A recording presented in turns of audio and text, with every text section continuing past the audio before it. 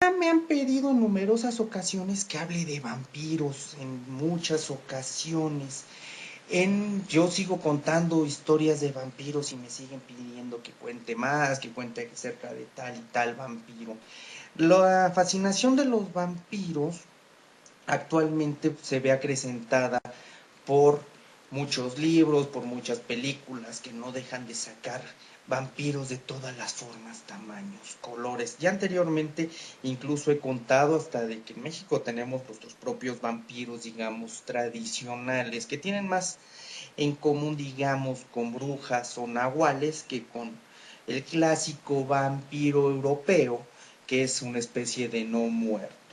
Pero bueno, en este caso ahora sí voy a contar sobre lo que son los vampiros, como tales los vampiros no muertos. Para hablar de los no muertos, requiero empezar a hablar de lo que es la muerte, qué acontece y de dónde van a derivar posiblemente varias de las creencias de los vampiros y por qué el vampiro europeo anteriormente no era un objeto de fascinación, un ser romántico, seductor, sino que anteriormente los vampiros eran objeto realmente de miedo, un creciente miedo en el cual a estos seres sobrenaturales se le atribuían incluso la muerte de diversas poblaciones en lo que era la Edad Media. Pero bueno, entonces voy a empezar a hablar de los no muertos y voy a empezar a hablar de lo que es la muerte. Todo ser vivo, al momento de que se le acontece su muerte, inicia lo que es un proceso de putrefacción en él mismo, en el cual en estos suceden varios cambios físico-químicos en estos cadáveres hasta llegar a su total desintegración. Existen en este caso ahorita ven a dónde voy a llegar, en el cual los cadáveres, por diversas técnicas, se puede de manera artificial conservar y evitar este tipo de descomposición, en el cual por medio de sales, diversos químicos, sumergir o tener los cuerpos sumergidos en diversos componentes químicos, elementos químicos como alcoholes, formoles, conservan los cadáveres, como los hemos visto en diferentes laboratorios en el cual tienen a varios animales, cuerpos o partes de seres en diferentes formoles o alcoholes en el cual se han conservado. También, si nos vamos a lo que son las momias egipcias, en el cual los cuerpos están conservándose y tratándose por diversas sustancias y sales para sus dioses y sus diferentes ritos.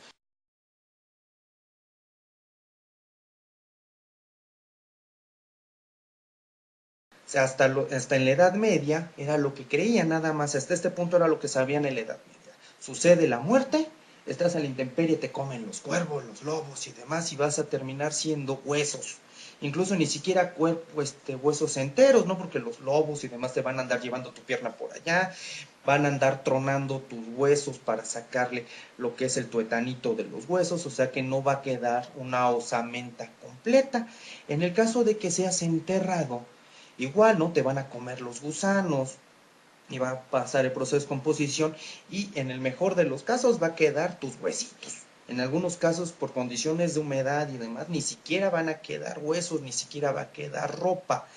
Hasta este punto era el mayor conocimiento que tenía la gente de la Edad Media porque no existían ciencias forenses para explicar los procesos o el fenómeno que voy a contar a continuación. Pero es lo que va a dar pie a la superstición, a la creencia y al miedo que le dio a mucha gente en la Edad Media a encontrarse lo siguiente. Ahora vamos a narrar el miedo. Imagínate que eres un trabajador del campo, un constructor que es de la Edad Media, en la Europa medieval, que tú estás trabajando en el campo. Suponte que estás excavando para construir una casa o estás arando incluso el campo. Y de repente, entre la tierra que estás excavando, te encuentras un cuerpo que está completo, no está podrido, no son huesitos, te encuentras un cuerpo que puede ir con incluso bastante ropa, un cuerpo que lleva ropa, un cuerpo que tiene la piel, un cuerpo que está, digamos, incorrupto. En este caso nosotros ya sabemos eso lo que es. Te vas a encontrarte entre la tierra, te encuentras un cuerpo. ¿Qué miedo te va a dar? Porque tú sabes que los cuerpos que están enterrados son huesos o están podridos. Imagínate que excavas y te encuentras un cuerpo que no está podrido ni son huesitos. Es algo sobrenatural, es algo que te va a dar miedo. Vámonos a otro campo. Imagínate que eres un ladrón de tumbas o eres parte de una banda de ladrones de tumbas. Tú ya sabes, las personas antes en los pueblos medievales no eran grandes comunidades. Tú sabías la vieja tal, el viejo tal que había fallecido hace tanto tiempo. Tú ya sabías quién era, lo habías visto, sabías hace cuánto falleció. Vas y vas a desenterrar su tumba para ver qué puedes encontrar. Imagínate que excavas la tumba y al momento en que abres donde está enterrado la vieja o el viejo te encuentras de que no está ni podrido, ni siquiera están hechos huesos y tú ya sabes que esa persona tiene tiempo que falleció, esperas encontrarte huesos y de repente te encuentras que en esa tumba está un cuerpo que no son huesos, ni siquiera está podrido. ¿Te imaginas el miedo que te va a dar? Es algo sobrenatural, algo del diablo tiene que estar pasando. Esto es una intervención de algún demonio, algún diablo está ahí, hay una intervención, eso no es natural, tiene que estar hecho huesos. Y de repente te encuentras un cuerpo que está en buenas condiciones, un cuerpo que está conservado. ¿Esto qué me va a llevar? Existen, adicionales de lo que son los medios de conservación artificial de cadáveres, existen medios o formas naturales de conservar los cadáveres. Como les decía, como antes no existían las ciencias forenses, no era posible explicar antes, si tú te encontrabas un cuerpo así, tenía que haber sido obra, intervención del diablo, de algún demonio, que estuviera azotando el poblado. Acontecer lo que era la peste negra en ese poblado. De hecho, la peste negra arrasó entre 1347 y 1357, estamos hablando de un periodo de 10 años. Están diciendo que se redujo la población europea a una tercera parte. Están hablando de que no existen cifras precisas, pero están hablando de que la población europea se redujo de entre 30 millones a 80 millones. Y la superstición dijo en muchos casos que se debía a factores sobrenaturales, que llega al punto de que sí fue por un vampiro.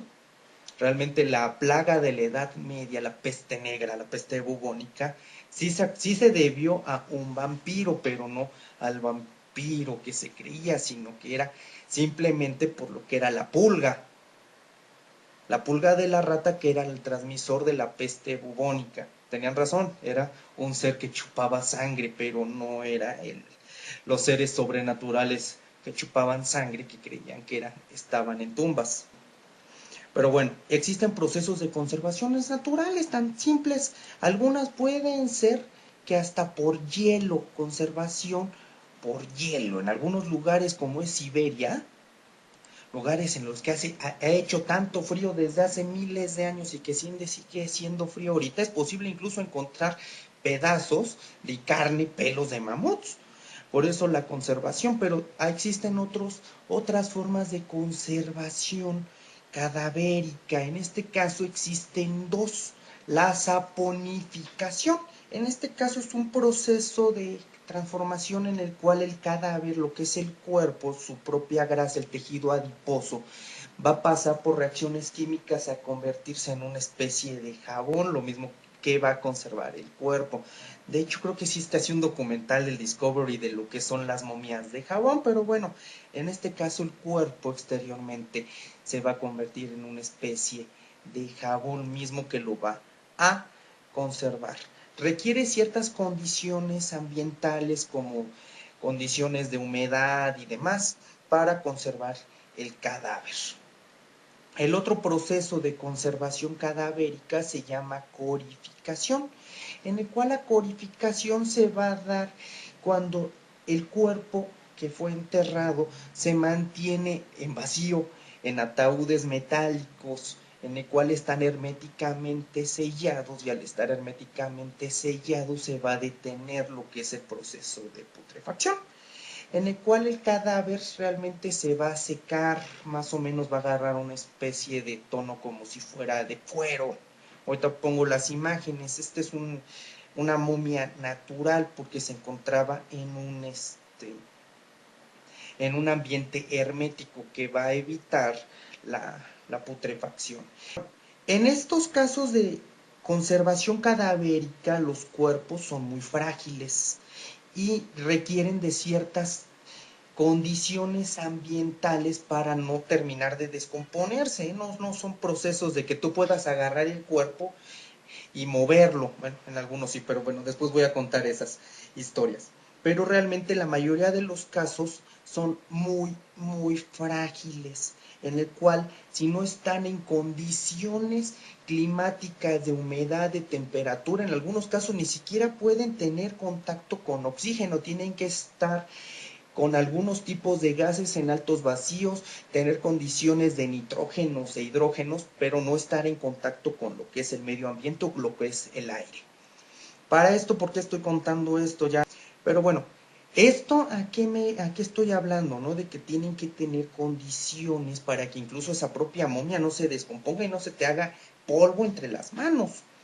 De que hace muchos años leí una historia que está contando un sepulturero, que si hubiera acontecido en la Edad Media, cualquiera hubiera creído que era la tumba de un vampiro, en el cual estaban abriendo una tumba, pues algo muy normal que muchas veces fallece el esposo y después fallece la mujer y sobre la misma tumba hacen los huesitos a un lado y entierran el otro cuerpo, ¿no? Los entierran juntos, pero tienen que desenterrar y sacar los huesos del anterior. Pero bueno, en este caso, pues agarran, abren la tumba, sacan el féretro que estaba en este caso total y absolutamente sellado, lo abren y sale el vapor de muertos, así, se asoman y ven que está el cuerpo total y absolutamente como si lo acabaran de enterrar. Pero como requieren de condiciones ambientales específicas y el cuerpo estaba en alto vacío, lo que cuentan es de que el cuerpo que estaba incorrupto, al estar en contacto con el aire, nada más en sí lo que tú veías era como una capita de piel, pero al momento en que entró en contacto con el aire, con la humedad, este mismo aire se empezó a carcomer, se empezó a romper frente a los ojos de los trabajadores, hasta que llegó el momento en que casi literalmente toda la piel que quedaba se desapareció, hizo polvo y nada más dio lugar a lo que eran la osamenta, los huesitos del cuerpo. Si esto hubiera acontecido en la Alta Edad Media, pues cualquiera hubiera dicho que habían desenterrado un vampiro y que como era de día, automáticamente se empezó a desaparecer y a quemarse entre sus propios ojos. Pero realmente era un proceso de conservación cadavérica. ¿Quién podría ser que se atribuyó a la existencia de vampiros en la Edad Media, o a la creencia, al sustento de la creencia en los vampiros en la Edad Media? Porque la gente se llegó a encontrar cuerpos que por algún parámetro de conservación natural de los cadáveres creían que esos cuerpos estaban habitados por algún tipo de entidad sobrenatural o demoníaca que estaba asolando sus poblados con enfermedades diversas, ya que no conocían las ciencias forenses que explicaran el por qué se llegaban a encontrar cuerpos o cadáveres que tenían tiempo de haber fallecido y que no estaban descompuestos.